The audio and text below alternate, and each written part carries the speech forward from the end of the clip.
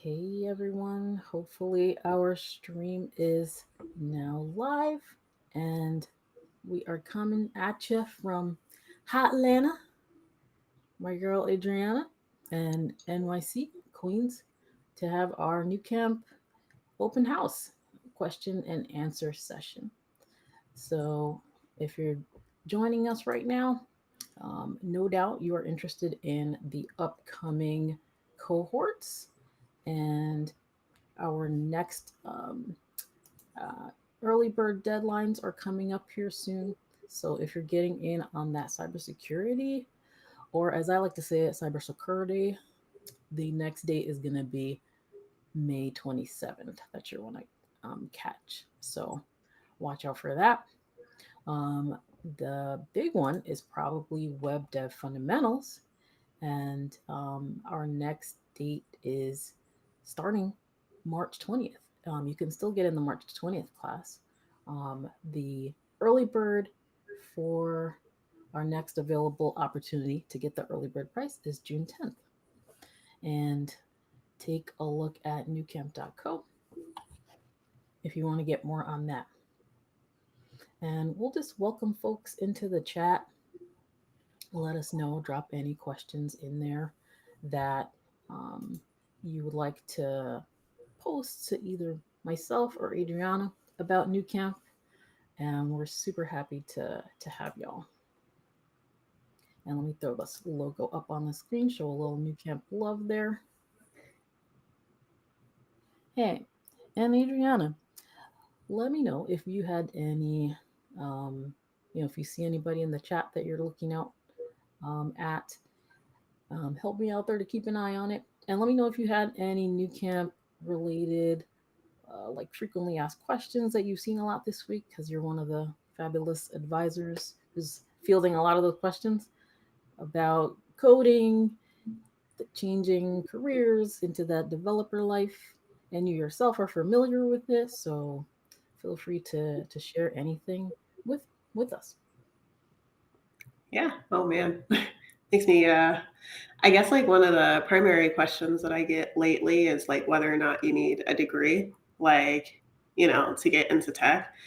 Um and honestly, I have a degree. It's definitely helpful, but usually what I say to people who have that question is like, I've had leads who had 23 years of experience in the industry and they just have a high school diploma. What's a good, opportunity for people is like if they land a role in tech, what can help them is, if their employer decides to sponsor them in the future. Mm-hmm. I highly suggest that, especially if you decide to go down like the government role route or say the fintech route. They can be a little bit more old school. Um, Mm-hmm. but Facebook, Twitter, bunch of startups, they typically don't care. So Oh, I see. I see. big question that I've been getting a lot lately. Oh, cool. Thanks for those insights. And for anyone who's just joining us, feel free to pop those questions in the chat. And shout out to Charles. Good afternoon.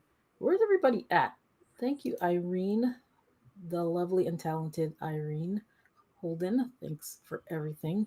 Always holding it down. And then you'll want to um, post your questions and um, not only that, but we have Facebook, LinkedIn. I think most people are probably on YouTube, and go right ahead with anything you like. I see a question already from Ramses. We're going to get to that. Hello, Ramses. Just to reiterate the upcoming dates in case anyone's just joining. May 20th, this coming Monday, you could still get in for the web fundamentals, depending on if cohorts have enough space in your area. And the next early bird deadline is going to be June 10th for the following one that starts June 24th. And CyberSec is coming up May 27th. So don't sleep on that one if you want to get that early bird pricing. And I think right before one last thing, Ramses, before we get to your question, we should probably introduce each other or introduce ourselves. And would you like to go, or should I go first? I don't know. I've done this. Yeah. Couple of seconds. I guess I can go. Yeah, my Mhm. name's Adriana. I have been in the industry for about 5 years. Recently working for Nucamp full time. I started off because I was a biology major, and then I went through boot camp and I was mapped to a client. In about 3 months, and I worked in big data for a little bit, and COVID hit. And then I worked for another project, which was primarily in cybersecurity and a little DevOps work. And then I kind of fell into like the site reliability, DevSecOps field. So before advising. So that's a little bit about me. Awesome. Thanks. I'm going to try and fail to be as succinct and expressive, but I've been with Nucamp for a few years as an instructor, and Nucamp really has been awesome for me because I was on that struggle where I was trying to self learn stuff on the University of YouTube and Udemy, and I did not have that kind of developer experience like you had. So um, I was able to learn enough to be able to teach others what I had absorbed, and then finally, although I didn't go through New Camp, I did another study course and was able to get my first quote unquote real dev job. But now I'm here doing career coaching and student advising and answering um, these sorts of questions. So hopefully that's uh, hopefully that's informative. Oh, and I'm in New York for anybody. Let us know in the chats where you're at. So finally, let me get to Ramsey's question, who's been very patient.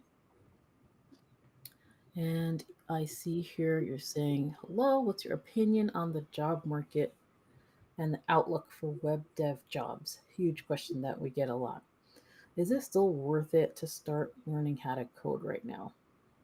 And I'll go ahead and give my viewpoint on that. And then, Adriana, you could, of course, chime in. But yes, Ramses, long story short, yes, it is still worth it to learn how to code right now.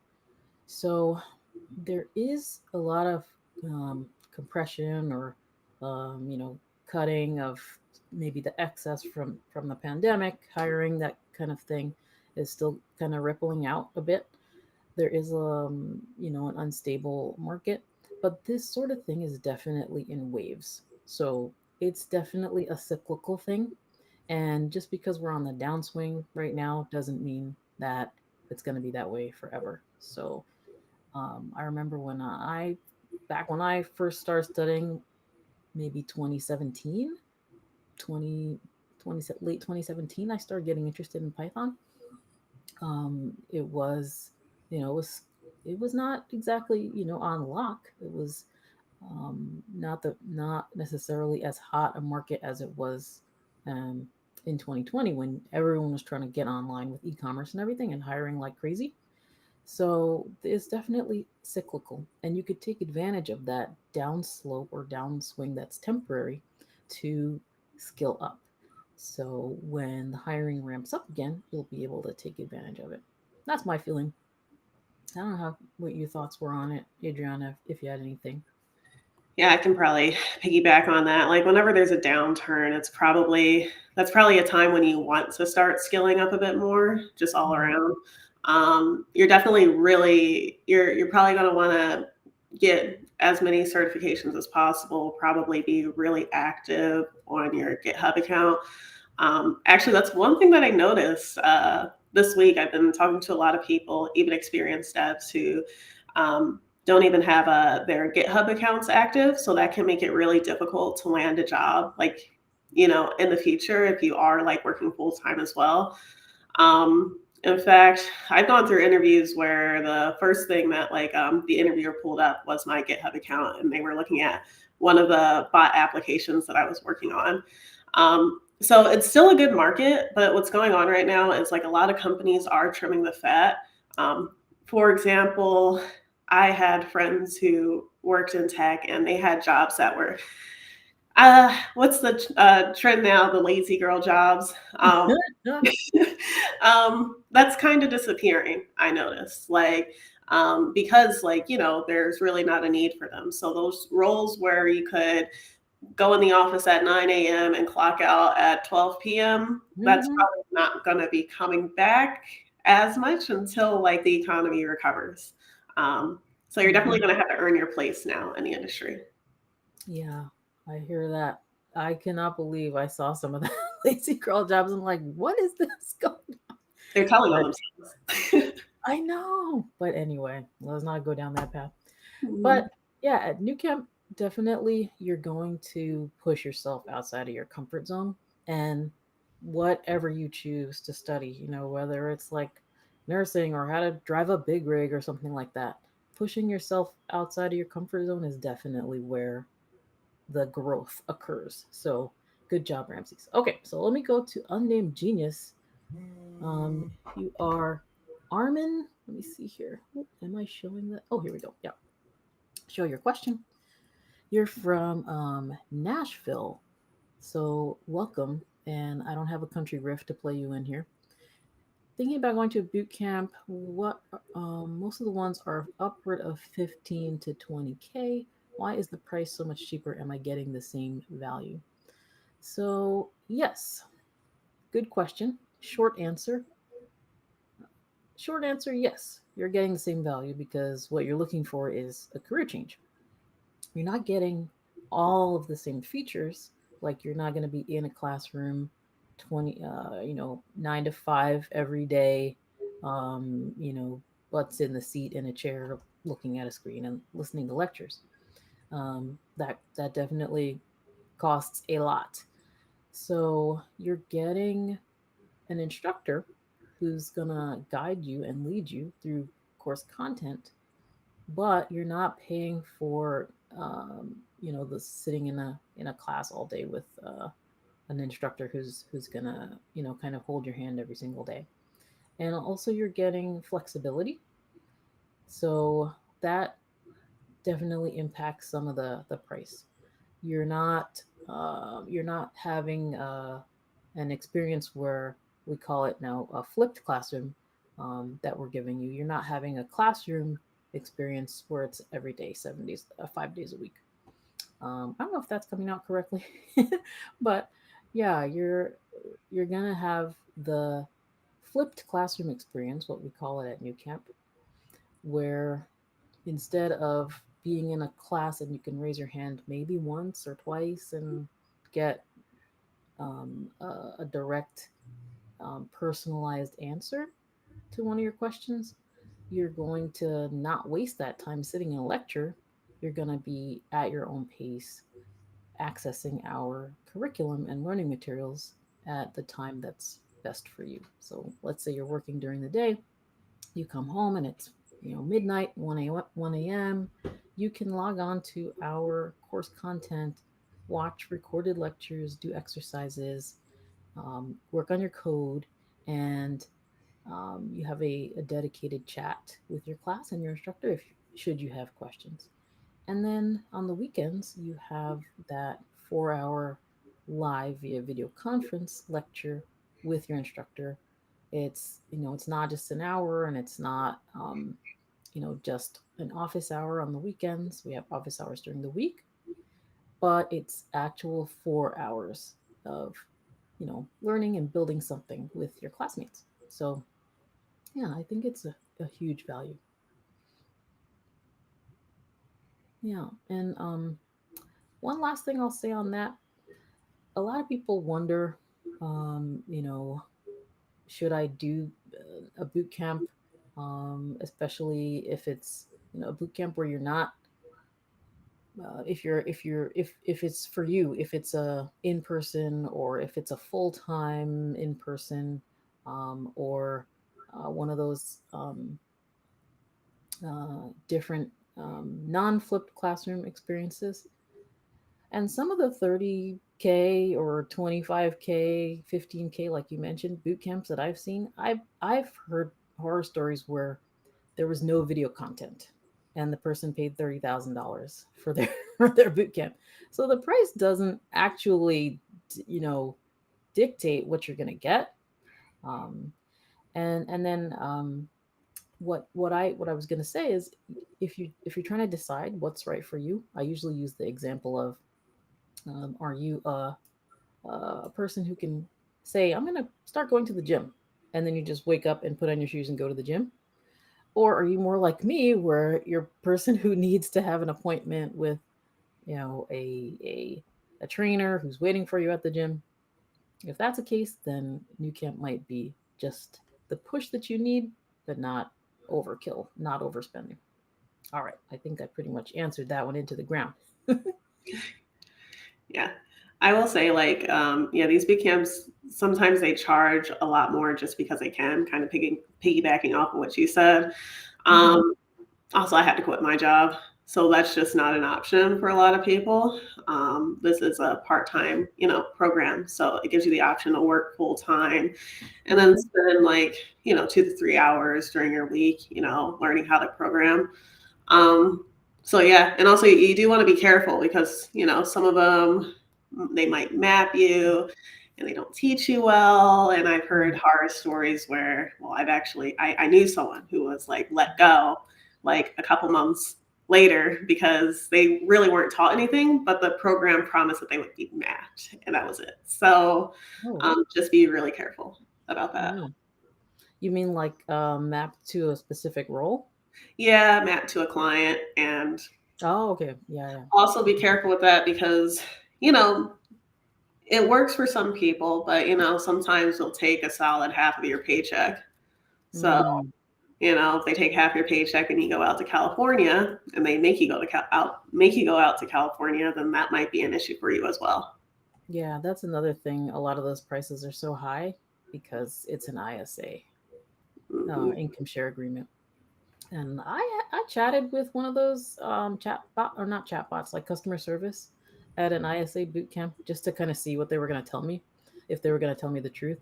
And I actually asked the rep, so if I sign an income share agreement, and then let's say I win the lottery and I report that on my taxes, is that income that's covered? Like, y'all gonna take 15% of that or whatever? And it was like one of those dot dot dot, like the person is typing for like mad long.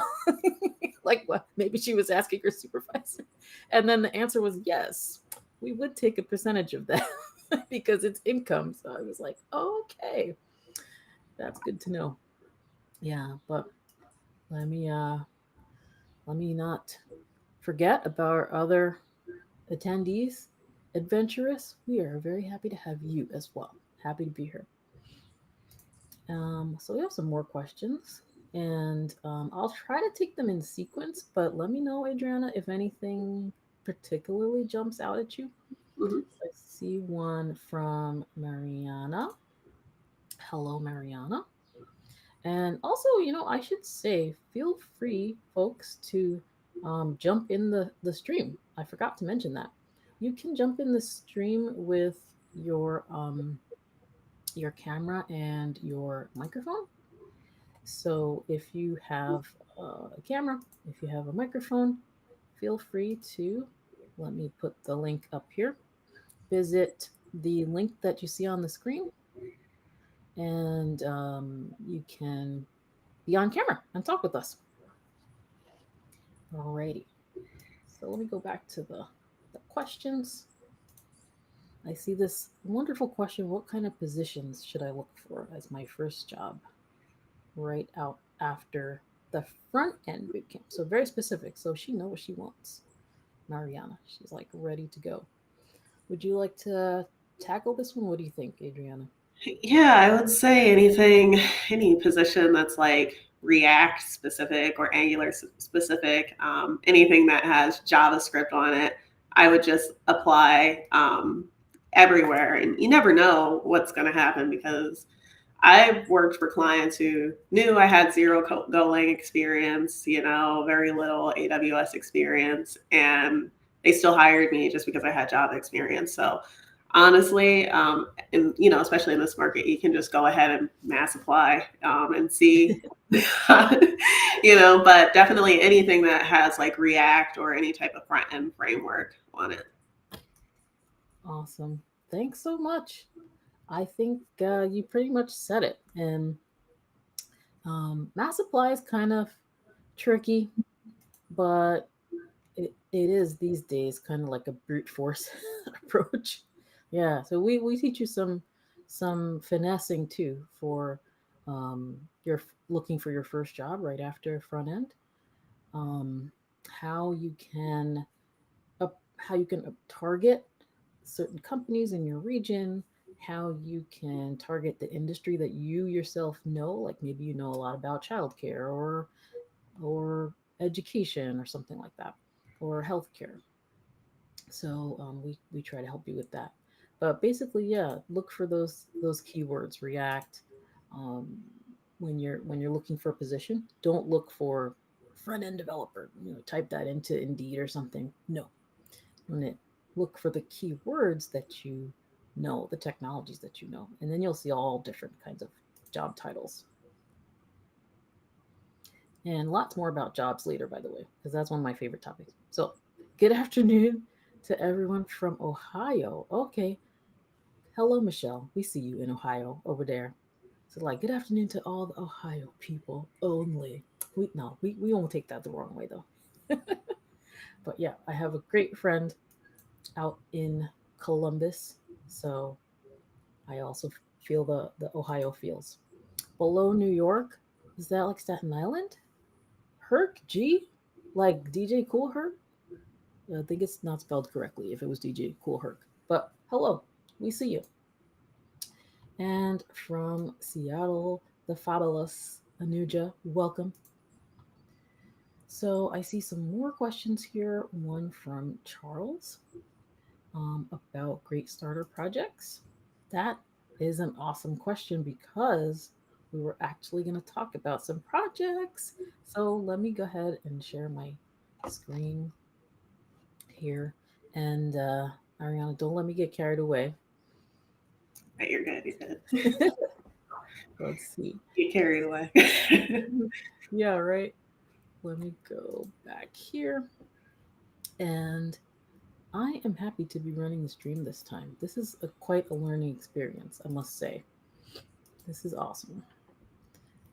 Our our fearless leader Ludo has entrusted me with the keys to the restream. So we gonna run it. Alrighty, and let's see, how's that? Does that look good? I think so. I like this one better. Okay. so so you can see from on your own there, Charles, some of the projects that you could potentially be working on. If you go on job outcomes, this tab right here, you'll be able to see graduates projects tab on the sub menu there. And just to kind of mention one more time the deadline that's coming up, if you wanted to join in the May 20th bootcamp, you could. It's coming up real soon. On Monday, you can still get in there for two payments of $229.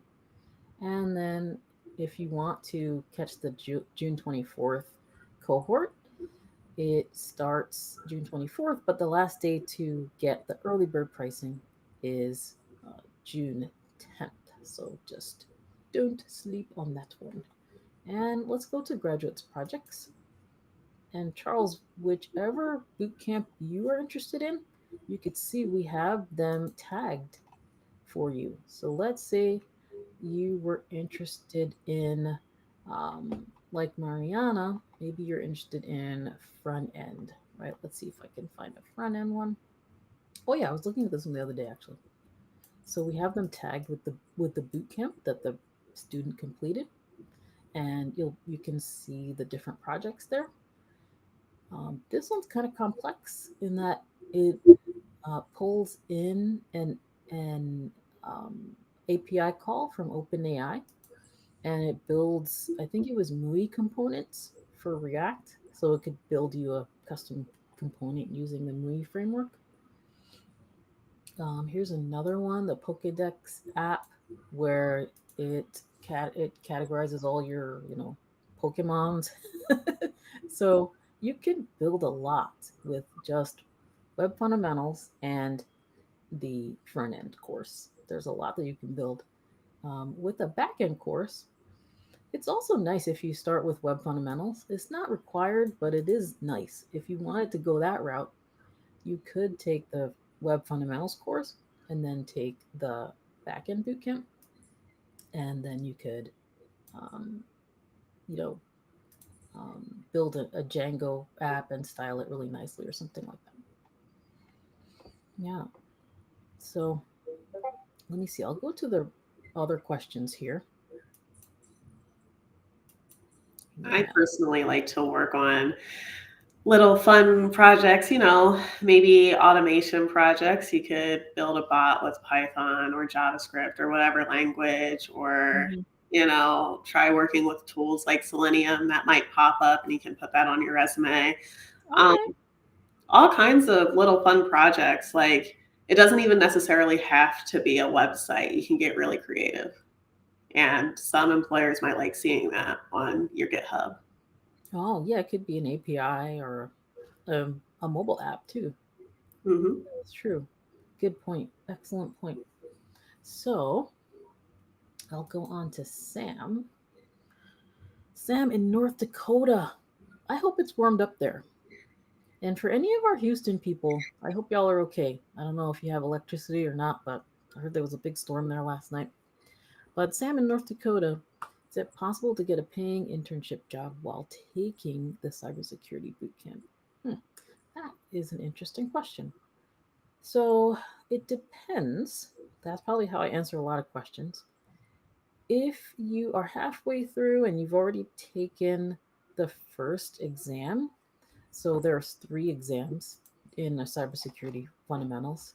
The first one is foundations, and with foundations, you should be able to put those skills on your resume, as going through basic concepts, securing your online presence. I'm looking at the website on my second monitor. If you look at the cybersecurity course at nucamp.co, you'll see, you'll understand a little bit about risk management. So you should have some basic good concepts under your belt, as a beginner when you get halfway. By the time you get halfway through the course, and you'll you might get a job that doesn't require any certifications. They might just be happy with the New Camp cybersecurity foundations, the first certification. We give you that exam for free.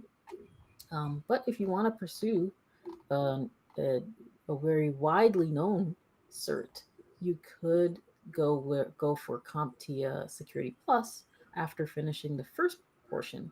So after a few weeks of being in cybersecurity, and taking our first practice exam, our first exam, you might feel comfortable doing that. And one thing I'll end with is, why go for a paying internship? Why not apply for a regular role, regular job? I don't see any reason why you couldn't go for that. So don't limit yourself to looking at internships for sure. Awesome. And let me go on to Herc. Herc G. I'm coming to, I see a shout out also again to Krista. Hi, Krista. And Natalia, we'll get to your question. I see some more questions from Armand, Antonio, Lionel. We'll get down there in the chat. So, Herc, you're asking what's the likelihood of getting a fully remote entry position in the job market? Um, I have an answer for that. I've been talking a lot. I don't want to be a hog. So, if you Yeah. want to jump in, Adriana, let me go. Let me, hear from you. But I do have some thoughts on that too. Yeah, I would say like entry level, you're more likely to have to go in the office. There are remote positions available, but especially considering the market right now, um, it's going to be a bit more of a challenge, especially since you're starting out as a junior dev, for sure. Yeah, that's pretty much sums up what I would answer as well. Um, except there could be some extenuating circumstance or something that works in your benefit, Herc. So maybe you were my favorite example. You know what? Let me not do my favorite example. It's getting kind of tired. Let's say you worked in healthcare. Herc, I don't know what you're doing right now that's non tech. Maybe you're a nurse or something like that. Then you can apply in a health focused industry, or that's actually super hot. As a health tech, so you could focus your search on health related, maybe health insurance, or something medical related. Um, that's a tech job. That's a dev job, and that might boost up your chances um, of getting something that you want in the industry. But generally speaking, for an entry level role, I wouldn't count on getting a remote position right out the gate. And the last thing I'll say on that is um, leverage your connections. So if to keep with that health example, let's say you're already working at a hospital or a hospital network. Go to HR and say, hey, I just finished a coding boot camp, and I just wanted to let you know that my skills are updated now. I'm gonna submit a new resume with y'all. you know, let them know that they already trust you to do your work. So maybe you can get a remote position with your current employer. All right, let's go again with Michelle. You said, hope our Friday is going well. Yes, it is because we're here with all you. Currently in full stack looking to create your first resumes. Awesome. Well, we have a channel dedicated to resumes inside of our exclusive Discord for you. So don't don't sleep on that. Shout out again, Krista. What's up? And you said that your main question is how to showcase your current skills and have those transfer over into tech. Do you have to niche until you've honed your technical skills after the bootcamp? That kind of goes to what I was saying to Herc about if you're in healthcare, stick to healthcare tech jobs. But if you have how to transfer, like transferable skills, as people say it, any kind of software that you touched in your current job, even if you were working on a register, that's a point of sale system. There, you had a touch screen, you know, put something technical in your resume bullet points. And let's say you used an app in a warehouse to scan barcodes, or whatever you used. If you use Microsoft 365 or Dynamics or whatever you use on your current job, put that in there. That shows that you have some affinity, some skill with the computer in the first place, and that it shows a progression, right, of your skills. Yeah. Did you have anything on that, Adriana? How was your experience? Yeah, well, I was a recent high school grad, and at that point, like, I would say don't be afraid to be creative. Like, I even had people ask me questions about how my degree transferred into tech during interviews. And I was like, well, everything starts off with a hypothesis, and you still have to experiment in this field in biology. And honestly, tech is very similar in that way. I even have a friend who she was able to help a hairdresser land a role as a project manager in the cybersecurity space. And, she used like that experience as a hairdresser running a salon to say, hey, well, she knows how to manage a team and, manage clients. And so really just get creative, you know, Mm-hmm. to showcase your current skills. I love it. I love it. Great.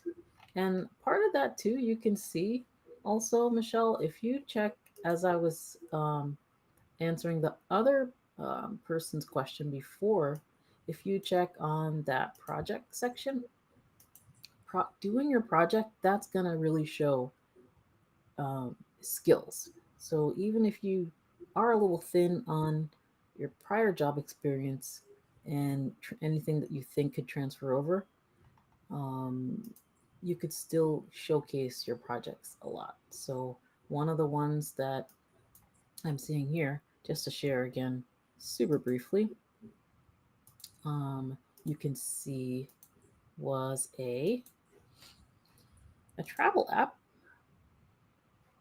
So you see here, this is from the Full Stack Bootcamp, and it is talking about some kind of travel. I'm not going to play the videos, but you'll see here a recipe app.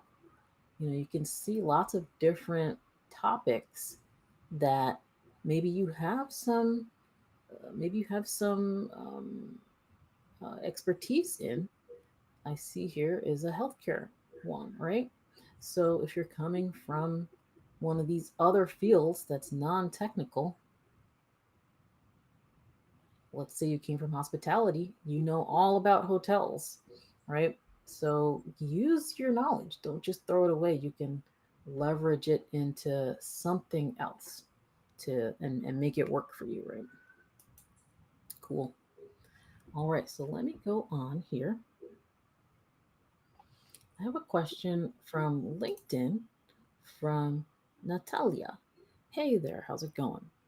So which certifications would you recommend for a full stack bootcamper? I'm assuming that she means like additional certs after graduating from Nucamp that can enhance your skill set or your marketability. So, like an AWS or something like that. Is that what you're thinking, Adriana? Yeah, that'd be any of the cloud based certifications. It's probably number one I would have Mm-hmm. on Mm-hmm. That's a good question. And Natalia, if you're looking already, which you should, even if you're not actively looking, take a look at the job market in your area. And if you keep seeing like Azure is popping up a lot, or if you see AWS popping up a lot when you filter for your local results, then you might want to prioritize that one. Those kinds, yeah. And then there's always super specific ones too. If you're targeting a certain industry, you might want to go more specific. And definitely that's a question for the career advice channel in our Discord too. Okay, so unnamed genius. I think you're Armand. Yeah. Um, Sometimes Stephanie, our chatbot, gets a little confused, hallucinates. I like to say a little confused. Hallucinate sounds so bad. there. But yeah, you can't view the weekend workshops. They are not recorded. So you would want to make sure if you have to miss a workshop, which we really don't want you to do, but you do have some weekends off during the boot camp. We don't take all your weekends for 17 weeks or 22 weeks. There are a couple of weeks off. However, if you need to miss one, then let your instructor know in advance so that they can help you. And like if sometimes I talk to folks and they have a wedding coming up or they have a prior commitment travel, just talk to your instructor as far in advance as possible so that you can get a jump start on your weekend workshop assignment and still hand it in to get graded on time. Cool. So Antonio, nope, this is not only for questions about web dev. You can ask about the web dev or front end, full stack. Front end and full stack are almost identical. You can also ask about backend, SQL DevOps with Python, cybersecurity questions, and you know the job hunt. Those are all things that we cover. We actually do have a job hunting course too. So fire away. And we've got another question from Lionel. I am just going to try to rip through some more of these so that we don't run out of time. Lionel. Hi, Lionel. Cybersecurity GRC, Governance, Risk, and Compliance, is part of the curriculum. Yes, so we do talk about a risk framework. I believe it is NIST. I am not sure. Don't quote me on that, Lionel, because cybersec is not my bag. But you could see at our main site, if you click on the cybersecurity course, there is a risk management portion. Um, I'm not sure of which exact framework is gone over, and I'm sure that they mentioned the big ones. But you'll be able to also prepare for not only CompTIA, but the GIAC. Um, Security Essentials is one of the ones that more industry famous certs that you could prepare for too by taking that course. Good question. Alrighty, let's see. Oh, and great. We had the question already answered by Krista. Good job. Thanks, Krista, holding it down in the chat. Yes, it covers GRC fully. And I have one. Let's see some other questions here.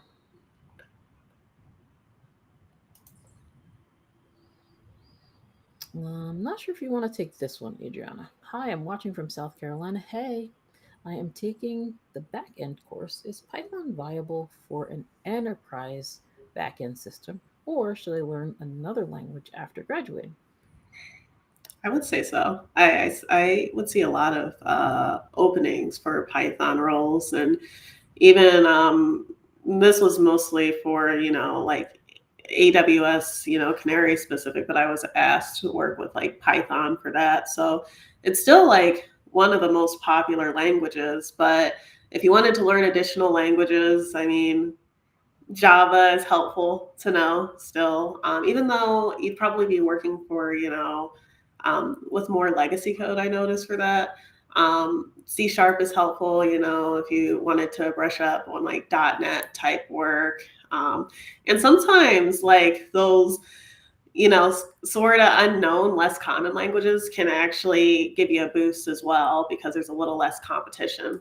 So I would say learn as many languages as possible. And once you learn Python, just keep learning. Hmm. Nice. I was gonna say C sharp because I don't know anything about anything C sharp or Java related. I'm like I'm Python rah Python all day. But yeah, for sure. I would echo what Adriana said and keep learning languages. But once you get one language under your belt, it's like when you shampoo your hair and then you have the pre shampoo, and then the next shampoo, it's like super lathered. Like the first one is always kind of weak, and then you do the second shampoo, and then it really lathers up easily, quickly. It's like that. So once you get your first programming language, then the next one is gonna come easier and easier and easier. So Mhm. Python is a great way to start. And you can also look in your neighborhood, your region too. Like search the keyword Python in a job search and see what companies show up. Yeah, I also don't think Python is just going anywhere. There are some languages that just go poof. Like I probably worked with Scala like, once for one client, and I haven't had to touch it again. And even they migrated to another language. So yeah, Python, C sharp, Mhm. Java, probably the best Mhm. backend languages. This is true. This is true. It's hard to go wrong there.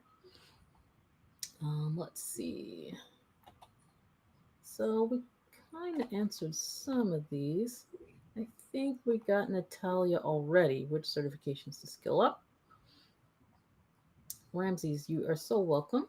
We're happy to answer that question. Adventures from Arizona. And if you don't finish a boot camp, there you go. If you don't finish your boot camp before graduation, can you still attend graduation? That's a good question. I'm not sure about that one. I know you want to cheer on your cohort mates, probably, right? That's probably what, you know, you kind of hold the pom poms and stuff. I think you get invited when you pass a certain point. Really not sure about that. But you can, as Krista said, retake, reschedule your boot camp. So if you can't make it, if you can't finish your coursework by graduation with your cohort, you can always attend graduation with the subsequent cohort when you catch up. And Sam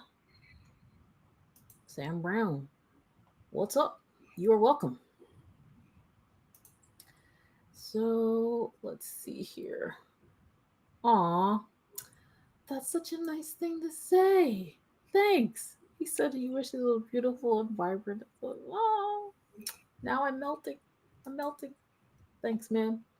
So let's see. You had another good question there, Herc, about common time span to acquire an actual job after putting in the work to learn is at the minimum 6 months. Do you agree? I do not agree. I think it could be around 6 months, could be 9 months, could be 3 months, could be a month. It depends on the person, and where you live. It depends on a lot of factors. So it a lot of it depends on the rate at which you submit job applications. So your question doesn't factor that in there. Now, if you apply to rough general statement, 5 jobs per day, you should realistically expect to get one phone call per week. This is a very rough, back of the napkin type calculation. If you're not applying to 5 jobs a day, then you're not going to get that one phone call or zero point 0.5 phone calls per week, you know? So it depends on the person a lot. A lot of it depends on the person. So we can't just tell you minimum 6 months. Now, a lot depends on the market where you live too. I ain't gonna lie. And in some areas, it's not good at all. Um, and in some companies, like some of the larger companies, are doing a lot of cuts. Whereas smaller companies, they're like, hey, I need people to help me. I need to get into this AI thing. I don't know what I'm doing. I need to hire somebody. So it's a mixed bag, really. You have any comments on that too, Adriana?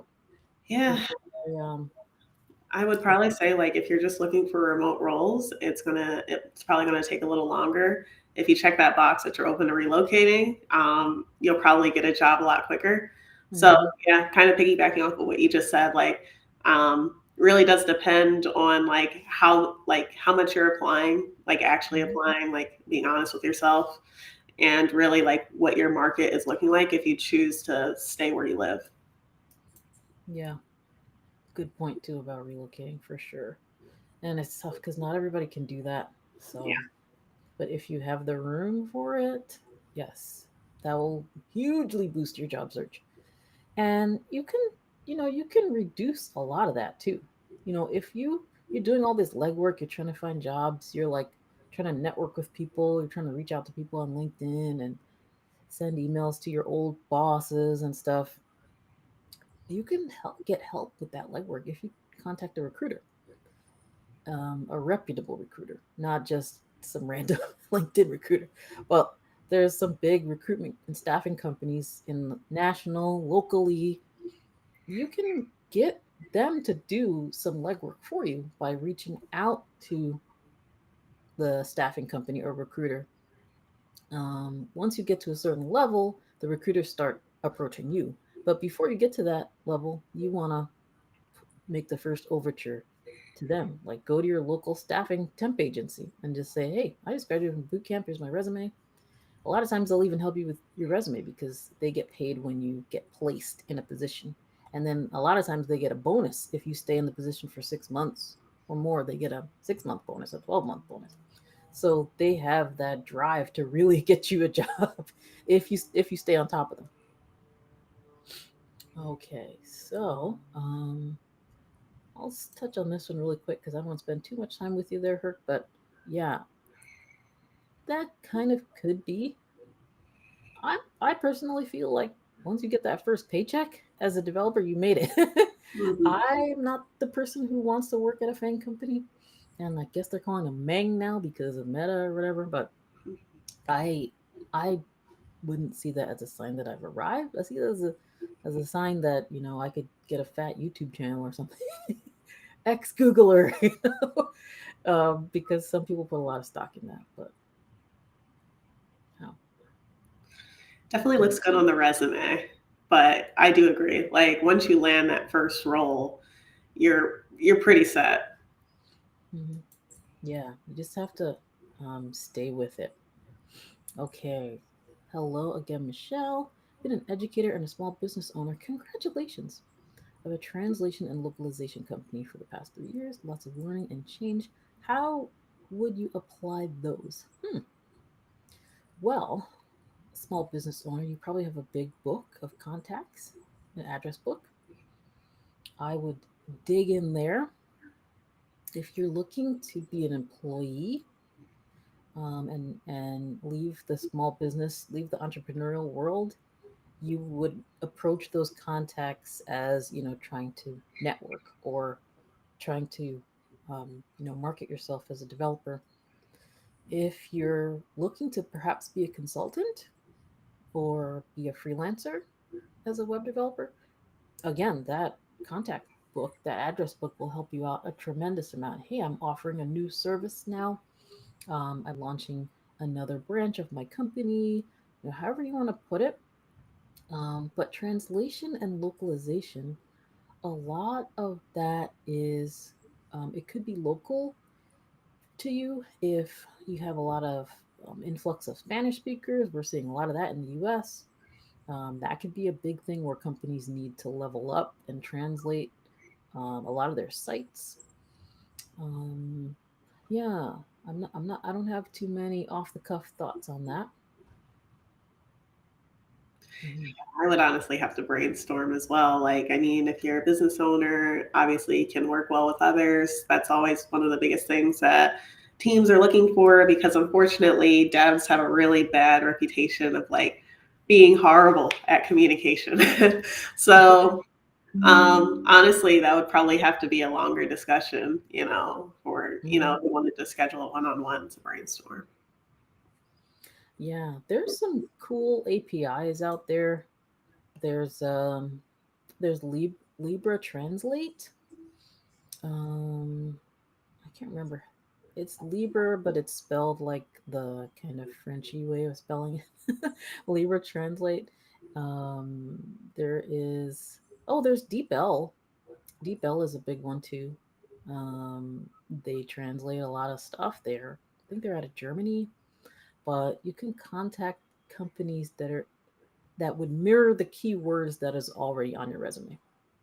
So if you have a lot of localization, translation type buzzwords on your resume already, just approach companies with a cold email or a phone call or a visit, um, and you already have the knowledge. So that could help you a lot. Yeah, definitely like really be detailed regarding that on your cover letter when you apply. Yeah, awesome. So I see from Charles again. Hello. Coming to Web Fun, as we call it, from a background in video production and broadcasting. Do you think my existing skills can help in this new field? I love how this chat group is thinking. I like how my peeps are thinking today. Good job. So yes, yes, yes. Um, Video production. We see a lot of webcasts like this one going on, and I'm using a streaming tool that has a web interface that was built by a web developer. So you can look around you. If you go in LinkedIn or Indeed or Monster or one of those sites, don't apply through there, but use it to source the roles. Type in streaming content, type in um, API, right? So type in streaming, comma API, comma JavaScript or something like that, and just see what pops up. See what companies pop up. Do a web search And you usually see words like equal opportunity employer on a job search page, right? So type that in a Google search, equal opportunity employer, comma, streaming, comma, API, comma, video, or something like that. Make it like a really long search string and just see what kind of jobs pop up. Put in the words like JavaScript and stuff like that. And let's see, existing skills in video production and broadcasting. Okay, so broadcasting, that's like I'm thinking your local news channels, your regional news networks, even a lot of newspapers, they have video content nowadays. They're trying to stay alive. So there's potentially lots of employers. Yeah. Okay, so I see a yes from Anuja. Thanks for chiming in about the graduation. That's good news. And I see one from Natalia on coming on YouTube now, huh? Thanks. Applying for LinkedIn, some ads have easy apply only with CV. Other ads have applications with a CV and a cover letter. Which would you recommend to focus on? I love this question. And sorry, Adriana, because I'm gonna keep going on and on. You go ahead. Yeah, my thing personally is do not apply to anything through LinkedIn. That's just me personally, because that's like knocking on the front door. You know, you want to sneak around the side door or the back door to get into the company. Everybody and their mom is applying with Easy Apply on LinkedIn. And it's a nice tool, but I feel like it's there for the benefit of the recruiters and HR, not me personally, the job seeker. I feel like um, Easy Apply streamlines things for the HR folks. And if you're using Easy Apply, LinkedIn is going to pull your data from your LinkedIn profile. And if your LinkedIn profile is not optimized for that role, let's say your LinkedIn profile says Natalia Chernevsheva, front end developer, and the role is the job title is um, React developer.